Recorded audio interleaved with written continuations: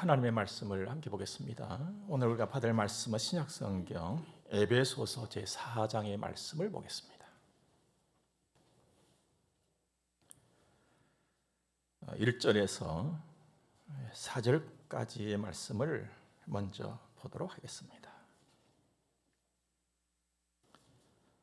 그러므로 주 안에서 갇힌 내가 너희를 권하노니 너희가 부르심을 받은 일에 합당하게 행하여 모든 겸손과 온유로 하고 오래 참음으로 사랑 가운데서 서로 용납하고 평안에 매는 줄로 성령이 하나 되게 하신 것을 힘써 지키라. 몸이 하나여 성령도 한 분이시니 이와 같이 너희가 부르심의 한 소망 안에서 부르심을 받았느니라. 아멘. 하나님께서 우리를 부르셨습니다. 여러분과 저는 천지를 지으신 하나님의 부름을 받은 사람들입니다. 하나님의 사람, 또 하나님의 자녀들이지요.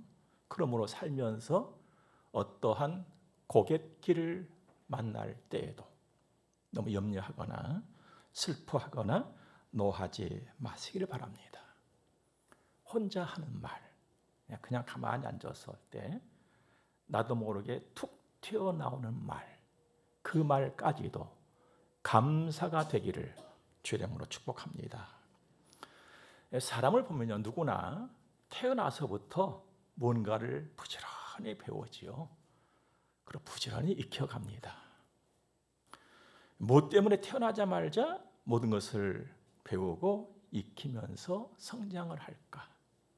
목적은 하나지요.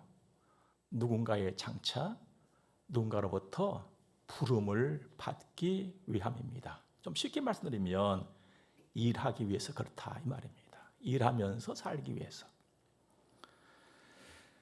그래서 때가 되면 누군가의 부름을 받습니다. 이 일을 두고 우리는 취직했다 이렇게 말들 하지요. 그리고는 누구의 부름을 받았느냐, 또 어디서 일을 하느냐에 따라서 희비가 엇갈립니다. 이렇게 살아가는 것이 우리들 인생살이이지요. 그런데 우리는 하나님의 부름을 받았다 이 말입니다. 이건 최고의 부름이에요. 부름 중의 부름은 하나님의 부름이에요. 왜냐하면 나의 근본, 본질이 확 바뀌어버리는 그런 부름이거든요. 새로운 시작이에요.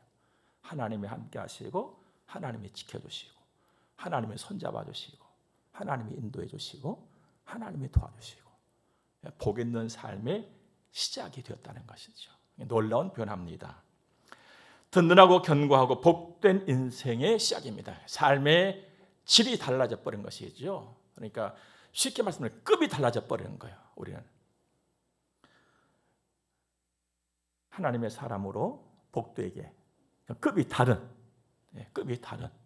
그런 인생을 설계하시고 늘 그렇게 이루어가는 데 힘을 쓰시기를 바랍니다. 누구를 막느라고 사람 속에는요 아주 깊숙이 박혀있는 그 아주 몹쓸 뿌리가 하나 있거든요. 근데 보통 사람들은 그 뿌리가 있는지 없는지조차도 모르고 살아가요. 느끼지 못하고 잘 안 보이니까. 그런데 그게 모든 화의 근원이 된다는 겁니다.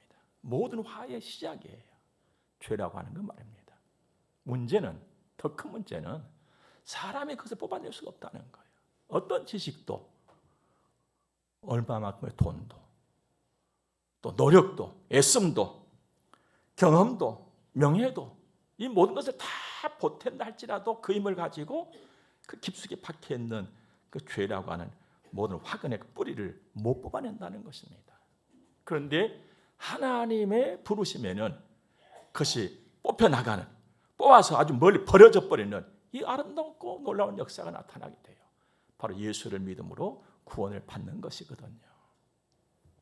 여러분과 제가 하나님의 부름을 받았다는 것은 지금 예수를 믿는다는 말씀이고 또 구원을 받았다는 것이고 이 몹쓸 죄의 뿌리가 뽑혀서 동이 서에서 먼 것처럼 아주 버려져 버렸다는 것이죠. 굉장히 복 있는 사람들입니다. 정말 자랑스러운 나인 걸 여러분 잊지 말고 살아가시길 바랍니다. 우리의 시작은 그 자리가 달라요. 모든 사람 똑같이 살아가는 것 같지만 여러분과 저의 삶의 하루의 시작이 다르단 말이죠. 예수를 믿음으로 하나님의 자녀의 자리에서 시작하는 거예요. 어둠이 아닌 빛의 자리에서 시작을 하고 있다는 것입니다. 생명의 자리요, 주님의 품 안에서 우리는 시작을 합니다. 예수를 믿음으로 이미 시작이 됐지요. 누구도 건드릴 수가 없어요. 최상의 영예, 바로 영광이 아닐 수가 없습니다. 여기에 나의 가치가 있는 거예요. 가치 있는 인생을 내가 살아가고 있다는 것, 정말 감사한 일이 아닐 수가 없습니다. 하나님을 내가 아버지라고 부를 수가 있다. 천지를 지신 하나님, 만왕의 왕이신 그분, 누구도 가까이 할 수 없는 그분을 나는 아버지하고 언제든지 가까이 갈 수 있고 그냥 문제를 수 있고 손 내밀 수도 있고, 내가 이런 사람이 됐다. 정말 존귀한 자지요. 복 있는 사람입니다. 자랑스러운 내가 아닐 수가 없습니다. 이 자랑, 이 은혜, 이 믿음을 내 속에 차곡차곡 쌓으면서 살아가시기 바랍니다. 오늘날도 말입니다. 많은 사람은 거품과 헐의 허식에 아주 열광을 하고 있습니다. 세상이지요. 이런 재미난 얘기가 있더군요. 어느 가방을 파는 매장이었습니다. 우리도 매장에 가면은 다 가격표가 다 붙어 있잖아요. 이건 10만 원짜리, 이건 100만 원짜리, 200만 원짜리 이렇게 붙어 있는데, 그날 따라서 그 점원이 실수를 한 거예요. 그 10만 원짜리 가방에다가 100만 원짜리를 붙여놓은 거예요. 그런데 놀랍게도 그 가방이 진열하고 난 잠시 후에 완판이 됐다는 거예요. 동그라미 한 개가 일으킨 놀라운 반란이었습니다. 이렇게 웃기는 일이 어떻게 일어날 수가 있을까? 사람은 말입니다. 누구나 다른 사람이 받지 못하는 특별한 대우를 나는 받는 사람이야. 나는 당신하고 달라. 이런 심리가 있다는 거예요. 전문가들은 이 심리를 두고 귀족 심리라 이렇게 표현을 했습니다. 그래서 세상은 늘 예나 지금이나 아주 눈속임에 현란합니다. 그러나 여러분 기억하시기 바랍니다. 허세의 늪에 빠지면 인생 허우적된다. 여러분, 우리는 하나님의 사람들이에요. 하나님의 자녀라 이 말입니다. 나 예수 믿는 사람이에요. 하나님의 자녀된 것을 늘 기억하시기 바랍니다. 그리고 하나님의 자녀로서의 삶을 차곡차곡 쌓아가는 거예요. 이게 믿음으로 사는 것이잖아요. 이렇게 믿음으로 살아갈 때에 내 삶의 안정이 되어지고 평화로워지고 부하게 되는 것이죠. 여기에 존중이 여김을 받는 사람이 비로소 되는 것입니다. 그 길에서 여러분과 제가 꼭 듣고 가슴에 담아야 될 하나님의 말씀이 오늘 몇 가지로 소개가 되어지고 있습니다. 부르심에 합당한 사람으로 살자. 믿음의 사람답게 살자는 것이죠. 예수 믿는 사람답게 살아가는 길에서 내가 꼭 갖추어야 될 것이 있다는 겁니다. 우리가 인생을 살다 보면은요, 자기 격에 맞게끔 적어도 갖추어야 될 것들이 있어요. 여러분과 제가 하나님의 사람으로서 갖춰야 할 것은 몇 가지, 그 중에 첫째로 겸손입니다. 여러분, 겸손 잘 아시지요? 가장 쉬운 말로 자기를 낮추는 거예요. 자기를 낮추는 거, 이게 겸손이죠. 그런데 성도라고 하는 예수를 구주로 믿고 있는 여러분과 저에게 있어서의 겸손은 그보다 또 훨씬 차원이 높은 그 실체가 하나가 있어요. 난 하나님 밑에서 산다. 이걸 느끼는 거예요. 여러분, 하나님 밑에서 산다는 것은 하나님을 우러러 본다는 것인데, 이걸 몇 가지로 설명드리자 보면 언제나 어디서 내가 하나님을 느끼는 거예요. 하나님을 느끼는 거예요. 나를 사랑하신 하나님을 내가 느끼는 거예요. 그러니까 얼마나 기쁜지 모르겠어요. 그래서 막 기뻐하는 것이죠. 하나님을 내가 느끼고 언제나 어디서나 막 기뻐하고, 또 하나님의 말씀을 내가 듣고 하나님의 말씀을 하나씩 하나씩 실천해요.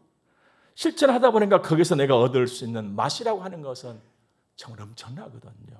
그래서 막 감동을 하는 거예요. 말씀을 실천하면서 내가 감동을 해요.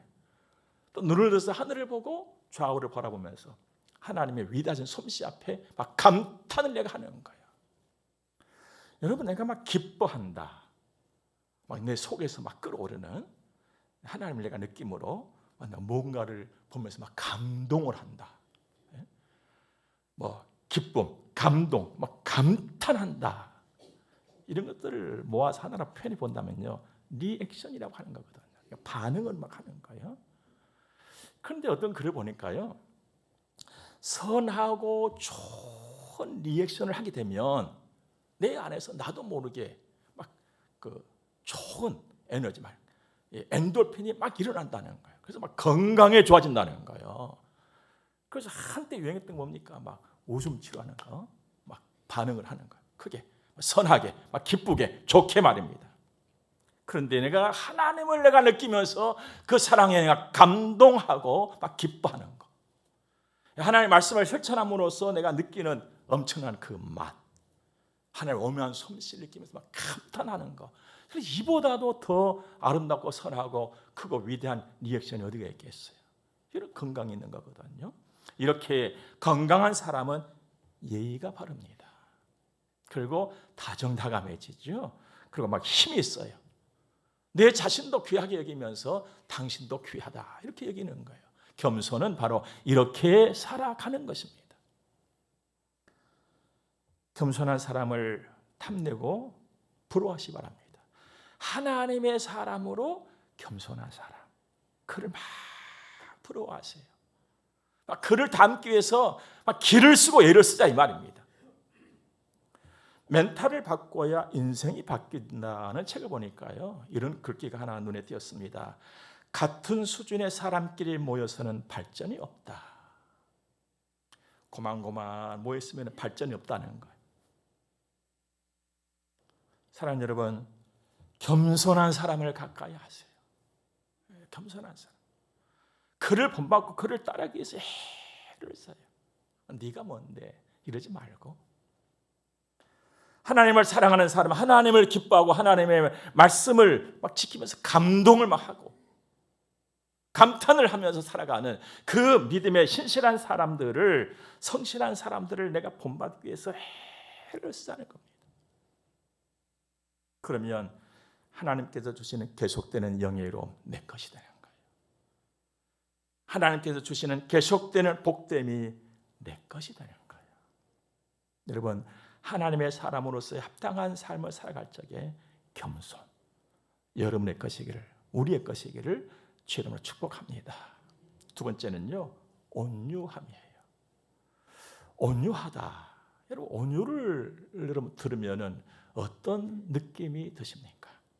저는요, 온유하면은요 그냥 푸근해져요. 마음과 생각이 푸근해져. 온유하다. 야, 푸근함. 저는 온유라고 하는 것은 푸근함이에요. 근데 힘이 없는 푸근함이 아니라 지구를 들고도 남을 수 있을 만큼의 큰 힘을 가지고 있으면서도 푸근함이에요. 사실 말입니다, 조용하고 잠잠하고 푸근함 속에는요 어마어마한 힘이 있어요. 자동차를 보니까 그렇더라고요. 힘이 좋은 자동차는요 조용해요. 세단이라고. 얼마나 좋은지 몰라요. 그래서 이 온유라고 하는 것은 천지를 지시고 이 땅에 오셔서 나를 구원해 주신 예수님의 성품이잖아요. 나는 마음이 온유하고 겸손하다. 온유는 겸손과 단짝이에요. 온유와 겸손이 만나서 움직이면 얼마나 좋은 작품이 나오겠습니까? 시편 37편에 온유한 자들은 땅을 차지하며 풍성한 화평으로 즐거워하리로다. 온유는 푸근함이라 했잖아요. 부드러워요. 그런데 엄청난 힘이 있어요. 온유라고 하는 그 힘이 작동이 되어지면 물러가는 것이 하나가 있습니다. 불화예요. 불화. 내 안에 온유가 들끓어오를 때에 그 힘으로 불화가 물러나간다는 거예요. 그래서 평화가 임하는 거예요. 하나님 기뻐하시지요. 우리 하나님께서 기뻐하시는 너 내 자식이구나 라는 축복, 하나님 만족의 말씀이 내가 어떻게 할 때 나타납니까? 화평케 하는 자. 여러분 안에 온유가 있기를 바랍니다. 그래서 내가 움직이는 곳마다에서 불화가 물러가는 거예요. 예. 어떻게? 내가 노력한다 이것도 있지만 내 안에서 끓고 있는 온유함의 그 힘이 불화를 밀어내버린다는 거예요. 얼마나 아름다운 일입니까? 여러분과 제가 하나님의 부름에 합당한 사람으로 살아갈 적에 내 안에 꼭 갖춰야 될 것. 두 번째는 온유함이다 하는 거 기억하시기 바라고요. 세 번째는 오래 참음입니다. 오래 참음. 며칠 전에 겨울 산을 오르면서 목련을 봤어요. 꽤 나이 먹은 목련이었습니다. 겨울 내내도 그렇습니다만 그날 또 목련의 드러난 모습은 볼만한 모습은 아니었어요. 막 거무튀튀한 게 그냥 덜렁 그냥 엉성하게 서 있는데 그 몰골은 별것이 아니었습니다. 그런데 그날은 그 목련을 가까이 가서 가만히 한번 보았어요. 그리고 눈을 감고 가만히 생각해 봤습니다. 그랬더니 겨울을 지내온 그 목련 속에서 두 가지가 보이더라고요. 한 개는 기다림이었습니다. 또 한 개는 잊지 않음이었습니다. 그 목련은요, 무엇을 기다렸느냐? 봄을 기다리고 있었어요. 그럼 목련이 잊지 않은 것은요, 봄을 잊지 않은 것이었습니다. 여러분, 내가 아무리 기다린다 할지라도 허공을 대고 기다린다면 소용없는 일이지요. 목련은 봄을 알았어요. 기억하고 있었어요. 그리고 그 봄이 오고 있다는 것을 그는 알고 있었습니다. 기다림이었어요. 그래서 겨울을 견디고 이기면서 오늘까지 왔던 것입니다. 여러분과 제가 오래 참는 것은 바로 이와 같이 사는 거예요. 여러분과 저의 기다림은 어떤 기다림입니까? 주님을 기다리는 것이죠. 오늘도 주님을 기다리는 것이죠. 이 시간도 주님을 기다리는 것이죠. 왜? 주님을 만나면 되는 것이니까. 그래서 여러분과 제가 잊지 않은 것이 있잖아요. 주님의 살아계심을 잊지 않은 것이죠. 주님의 능력을 잊지 않은 것입니다. 주님이 나를 사랑하고 계신다는 것을 잊지 않은 거예요. 그러므로 오늘도 내일도 때로는 비가 오고 때로는 바람이 불어도 그 기다림, 그 잊지 않음 가지고 한 걸음 또 걷고 또 한 걸음 걸으면서 나아가는 것입니다. 이게 오래 참음이에요. 이런 아름다운 오래 참음이 우리에게 더해질 수 있기를 바랍니다. 나는 이 세상에 살면서 얼마나 많은 실수를 하고 살아가는지 몰라요. 그러나 나를 지으시고 나와 함께 하신 하나님은 실수함이 없으신 하나님이세요. 여러분과 저는 늘 그래서 후회하잖아요. 실수하니까 후회하는 거예요. 그런데 하나님은 후회하지 않으신 분이세요. 이 믿음 가지고 오래 참음 우리에게 있기를 바랍니다. 하나 더 말씀드리자면 사랑 가운데서 서로 용납하면서 살아가는 거예요. 용납이라고 하는 것은 어떤 의미냐면 담요를 가지고 덮는다 이런 의미예요. 그래서 사랑은 허다한 허물을 덮는다 그랬잖아요. 이 덮는다 이 말씀의 의미가 용납이에요. 여러분 세상은 옛날부터 지금까지 또 앞으로도 그렇겠습니다만은요. 세상은 덮어주는 곳이 아니에요. 들춰내는 곳이 세상이에요. 그래서 하나가 될 수 없는 곳이 세상이에요. 허물을 들춰내잖아요. 들춰내고 물고 뜯잖아요. 주님은 그걸 하지 말아라는 거예요. 그걸 하나님께서 원하시는 것이 아니에요. 우리는 세상에 살고 있지만 세상에 속한 사람은 아니라는 것을 잊지 마시기 바랍니다. 그러나 하나님의 부름 받고 이미 빠져나온 사람들이에요. 두 발을 내딛고 살고 있지만 서로 용납하면서 사시기 바랍니다. 여러분, 내가 왜 용납을 해야 되느냐? 내가 왜 당신의 허물을 내가 덮어줘야 되느냐? 이유가 있습니다. 딱 하나예요. 나도 별 존재 아니라는 거예요. 나도 별것 아니에요, 여러분들. 누군가가 나를 덮어주지 아니했다면 누가 여기 설 수 있겠어요, 여러분들? 나 자신도 별것 아니라는 것을 잊지 말라는 겁니다. 이게 하나님께서 오늘 주신 귀한 말씀이에요. 그러므로 사랑하면서 사시길 바랍니다. 사랑하면 용납이 되어져요. 그러니까 사랑하지 아니하면 용납이 안 되는 거예요. 사랑만이 용납을 가능하게 합니다. 사랑의 특징이 뭡니까? 덮어주는 거예요. 덮어준다는 것은 어떤 의미입니까? 그냥 내가 그대로 받아들이는 거예요. 내가 인정하고 그대로 받아주는 거예요. 이게 용납이에요. 이게 사랑이지요. 가끔 드라마를 보면은요, 이런 이야기가 등장하지 않습니까? 어떤 집에 아들이나 딸이 성장해가지고 어느 날 누군가를 데리고 왔어요. 그러니까 친구라고 그래요. 그래서 며칠 지난다지만은 사귄다고 그래요. 결혼할 거라 그래요. 어느 날 그 부모가 그 얘기를 듣더니 깜짝 놀란 거. 예, 그 애니? 엄마는 아무리 생각해보다 그 애는 아닌 것 같아. 아빠는 아무리 생각해보다 그 애는 아닌 것 같아.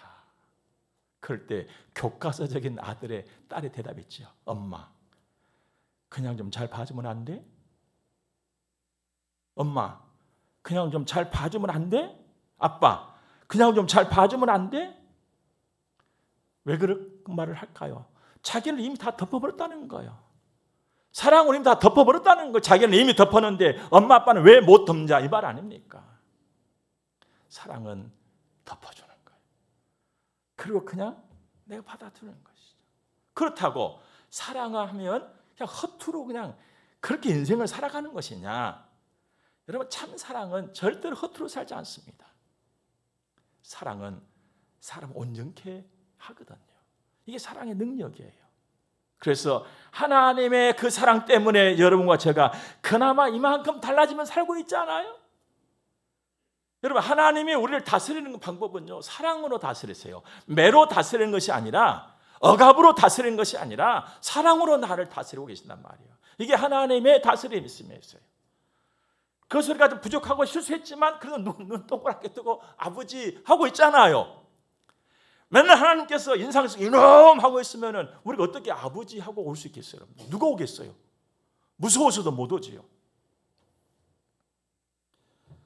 주님은 우리가 서로 사랑하고 성령께서 함께 하신 그 힘을 가져서 하나가 되어지고 허물을 덮어주고 서로 위로하고 격려하면서 살기를 바라신다는 겁니다.